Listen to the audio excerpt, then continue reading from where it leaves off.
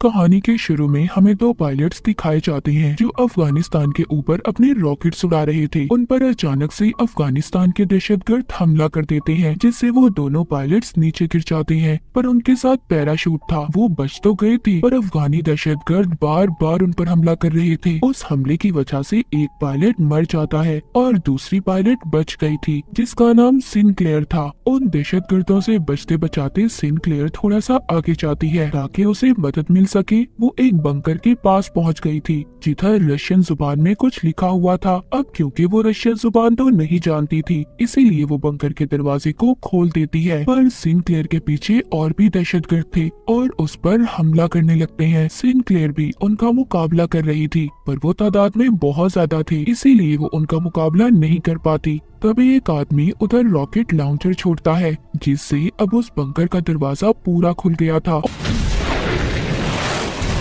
और सिनक्लेयर भी अंदर चली जाती है। जाहिर सी बात है ये मुसीबत में थी, इसलिए अपनी जान बचाने के लिए अंदर चली जाती है। ये अंडरग्राउंड बंकर था। वो सीढ़ियों की मदद से आहिस्ता आहिस्ता नीचे उतर रही थी, पर उसके पीछे दहशतगर्द भी थे। दरअसल ये बंकर काफी अरसे से बंद था और यहाँ पर लाइट भी नहीं थी, इसलिए सिनक्लेयर लाइट रॉड से आगे बढ़ती है। वहाँ पर इसे काफी अजीब अजीब चीजें नजर आती हैं। यहाँ पर बहुत सारे एक्सपेरिमेंट का सामान था और तो और एक डॉक्टर भी मरा हुआ था। उसकी लाश को देखकर ऐसा लग रहा था कि बहुत सालों पहले वो यहाँ पर मरा होगा। उधर और भी लाशें थी जिनको देखकर ऐसा लग रहा था कि उनके ऊपर बहुत सारे एक्सपेरिमेंट तजुर्बे किए गए हों। इधर टेबल पर बहुत सारे पेपर्स भी थे, जिससे ये बात तो साफ थी इधर कोई खुफिया तजुर्बे किए जाते थे। वहाँ पर एक छोटा सा कैमरा रिकॉर्डर भी पड़ा था, जिसको सिनक्लेयर उठाकर अपने पास रख लेती है। बंकर में दहशतगर्द भी पहुँच गए थे। उनको बिजली का सिस्टम भी मिल जाता है, जिससे वो सारी लाइट्स को जला देते हैं, इसलिए पूरा बंकर रोशन हो जाता है। सिनक्लेयर के पास कोई रास्ता नहीं बचा था कि वो अंधेरे में छुप पाती।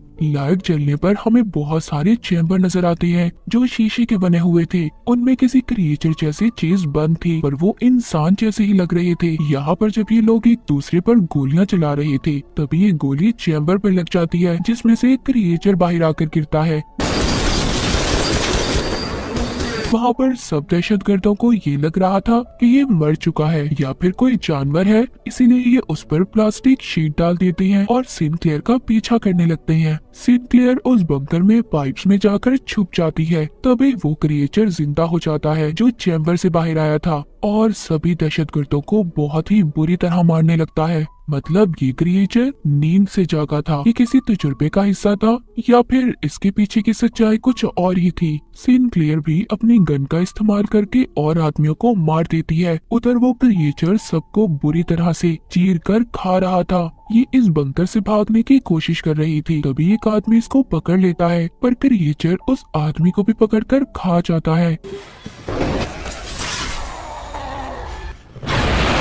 सिनक्लेयर बाहर आ जाती है और बाहर आकर उस क्रिएचर पर बार बार गोलियां चला रही थी, जिस वजह से वो क्रिएचर अंदर चला जाता है। फिर जल्दी जल्दी उस बंकर के दरवाजे को बंद करने की कोशिश करती है। क्रिएचर का मुंह दरवाजे में ही फंस गया था, पर उस दरवाजे की चेन को सिनक्लेयर ने लगा दिया था ताकि वो बाहर ना पाए। उधर बाहर एक आदमी था जो क्रिएचर को देखकर भाग रहा था, पर ये उन्हीं दहशतगर्दों का साथी था। सिनक्लेयर भी मदद के लिए आगे भागती है। जब थोड़ा सा आगे जाती है तो उसे आर्मी के कुछ लोग मिलते हैं जो उसी को ढूंढ रहे थे, जिनको सार्जेंट हुक लीड कर रहा था। हुक बताता है कि हम लोग तुम्हें ढूंढने आए हैं क्योंकि आर्मी में दो पायलट्स के लापता होने की खबर मिली थी, जिस पर सिनक्लेयर बताती है कि मेरा साथी मुझे बचाते हुए मर चुका है। जिसके बाद हुक इसको बेस पर लेकर आता है। सिनक्लेयर कहती है कि मेरी फैमिली को बता दो कि मैं ठीक हूँ। हुक कहता है तुम्हारी फैमिली को बता दिया गया है कि तुम बिल्कुल ठीक हो।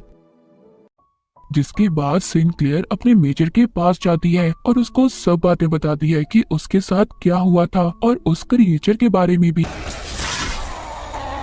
पर वो उसकी बात सुनकर कहता है कि ऐसा कुछ नहीं है, बस तुम पर कुछ लोगों ने हमला किया था तुम मुझसे डर गई हो और मेरे ऊपर सारी जिम्मेदारी है। मैं अपने सोल्जर्स, अपने सिपाहियों को मुसीबत में नहीं डाल सकता उधर दोबारा भेजकर। और जिस बंकर की बात कर रही हो, ऐसा कोई बंकर नहीं है यहाँ पर। सिनक्लेयर कहती है अगर आप मेरी बात नहीं मानना चाहते तो मुझे घर भेज दें। जिस पर मेजर कहता है कि अभी कोई वापस नहीं जा सकता और उसे जो कैमरा रिकॉर्डर मिला था उसको भी अपने पास रख लेता है। जिसके बाद सिनक्लेयर हुक से मिलती है और उसे बताती है कि पता नहीं क्यों मेजर मेरी बातों पर यकीन नहीं कर रहा। हुक उसके बारे में बताता है कि पहले बहुत अच्छा कर्नल था, बाद में उसको मेजर की पोस्ट पर यहाँ पर भेज दिया गया। जब से वो यहाँ के सारे मामलात को देखता है। सिनक्लेयर जब अपने आप को चेक करवाने डॉक्टर के पास जाती है तभी ये उस आदमी को देखती है जो बंकर के बाहर इसको मिला था। दरअसल इसको आर्मी टीम ने पकड़ लिया था। उधर हुक आता है। सिनक्लेयर अब हुक को सारे मामले के बारे में बताती है कि उधर कोई अजीब सा क्रिएचर है। हुक सुनकर कहता है कि अगर तुम सच कह रही हो तो हमें वो सैटेलाइट पर क्यों नहीं नजर आया। वो बताती है कि वो बंकर काफी अरसे से बंद था और उस पर रशियन जुबान में कुछ लिखा हुआ था। तभी वो आदमी बोलता है जो दहशतगर्दों का साथी था, उसको रशियन जुबान आती थी। वो कहता है उधर लिखा था डू नॉट ओपन, आप इसको नहीं खोल सकते और तुमने उस बंकर को खोलकर बहुत बड़ी गलती की है। सिनक्लेयर आगे बताती है उधर बहुत सारे चैम्बर थे, उनमें कोई चीज थी और वो इंसान तो बिल्कुल नहीं थे जिसने हम पर हमला किया था। वो आदमी कहता है हाँ मैं भी इस बात को मानता हूँ। हुक कहता है अगर ऐसी बात है तो जिस जगह के बारे में मुझे तुम बता रही हो वो तो मुझे बहुत पुरानी लगती है, शायद वो कोई 30 साल पुराना होगा और फिर तो ये बात मानी जा सकती है उधर कोई इंसान तो नहीं था। सिनक्लेयर जिसने तुम पर हमला किया, उधर मेजर को दिखाया जाता है जिसको अपने कर्नल की कॉल आती है जिसने उसे सिनक्लेयर से कैमरा लेने का कहा था। मतलब कोई राज तो था जो सबसे छुपाया जा रहा था। उस बंकर में अब सभी क्रिएचर्स जाग चुके थे और आहिस्ता आहिस्ता बाहर आने लगते हैं। सिनक्लेयर उस आदमी से पूछ रही थी जो दहशतगर्दों का साथी था कि तुम उनका साथ क्यों दे रहे थे। वो कहता है कि साथ देना मेरी मजबूरी है, मैं एक ड्राइवर हूँ, मैंने आज तक किसी को नहीं मारा और अगर मैं उन लोगों का साथ ना दूं तो वो मेरी फैमिली को खत्म कर देंगे। तभी दिखाया जाता है कि उन क्रिएचर्स ने बेस पर हमला कर दिया था। वो क्रिएचर्स बहुत ज्यादा ताकतवर थे और सबको मारने की कोशिश कर रहे थे।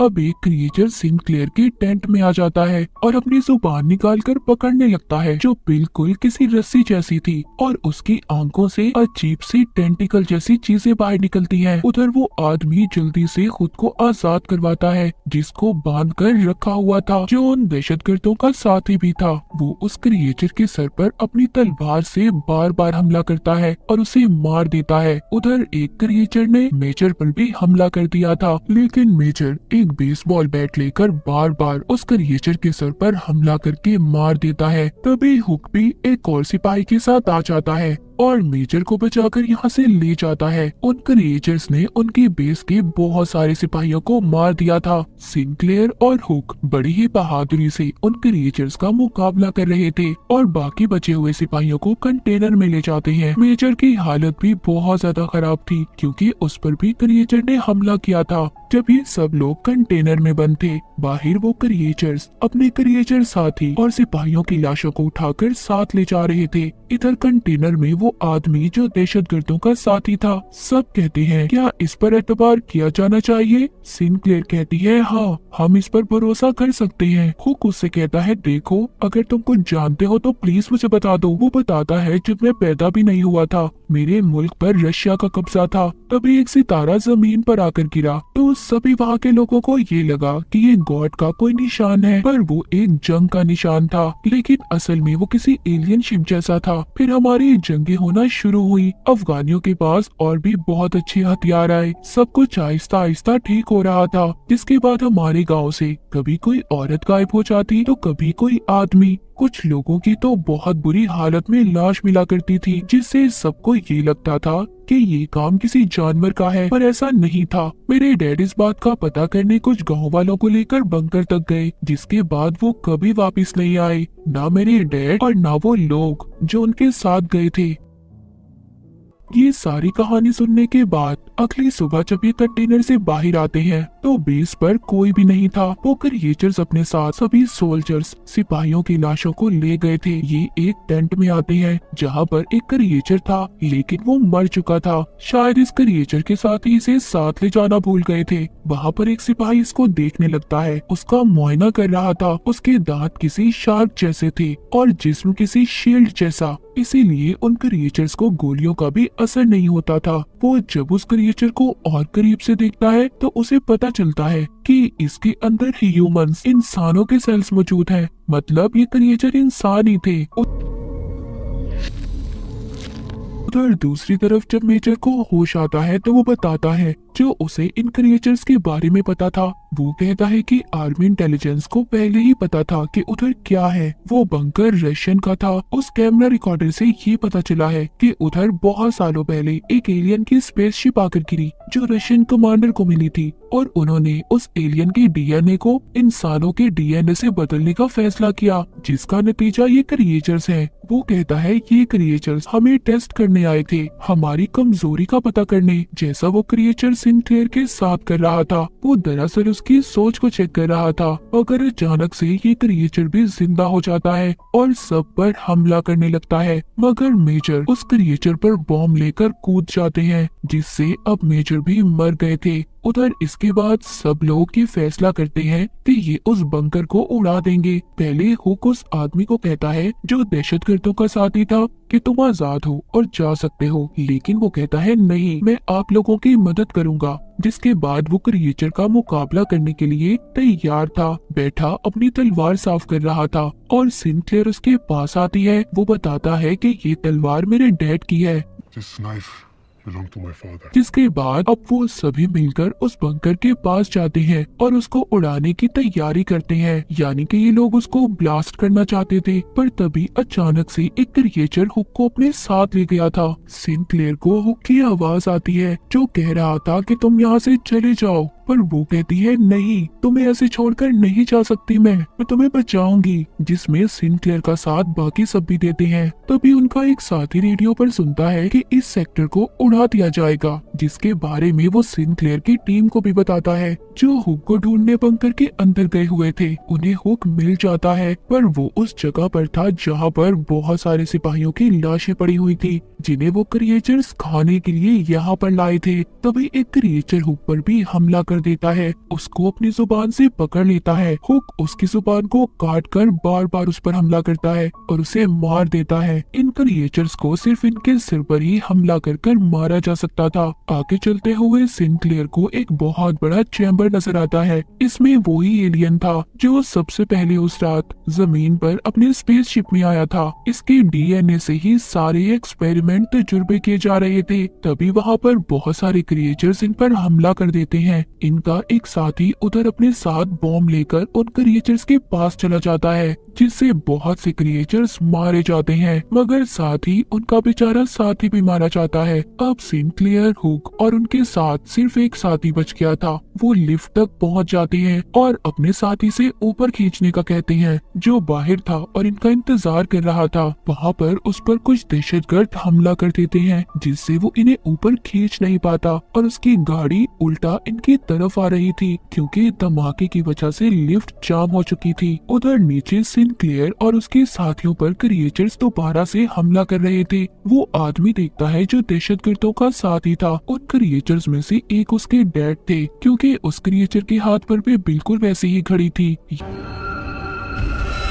यहाँ पर पता चलता है कि उस आदमी के गांव से जितने भी लोग गायब हुए थे, उन पर एक्सपेरिमेंट तजुर्बे करके उन्हें क्रिएचर्स बना दिया गया था। उधर ऊपर से वो गाड़ी भी नीचे आने वाली थी। नीचे वो आदमी जो दहशतगर्दों का साथी था, उस गाड़ी से सिंक्लेयर को बचा लेता है और खुद मर जाता है। हुक और सिंक्लेयर के सभी साथी मारे जा चुके थे। ये अब बाहर आते हैं, जहाँ पर ये अपने साथी को देखते हैं जो गाड़ी रोक रहा था, जिसको दहशतगर्द मारने ही वाले थे। ये आकर उन पर गोलियां चला देते हैं। अपने साथी को लेकर यहाँ से जाने लगते हैं, क्योंकि अब इधर धमाके होने वाले थे। उधर गवर्नमेंट ने भी मिसाइल हमले शुरू कर दिए थे, जिसके बाद ही बंकर खत्म हो गया था। दहशतगर्द भी उस हमले में मारे जाते हैं। उस बंकर के साथ साथ वो क्रिएचर्स भी जा चुके थे। मूवी के आखिर में सिंक्लेयर, हुक और उसका एक साथी बच जाते हैं और इसी के साथ ये कहानी यहीं पर खत्म हो जाती है।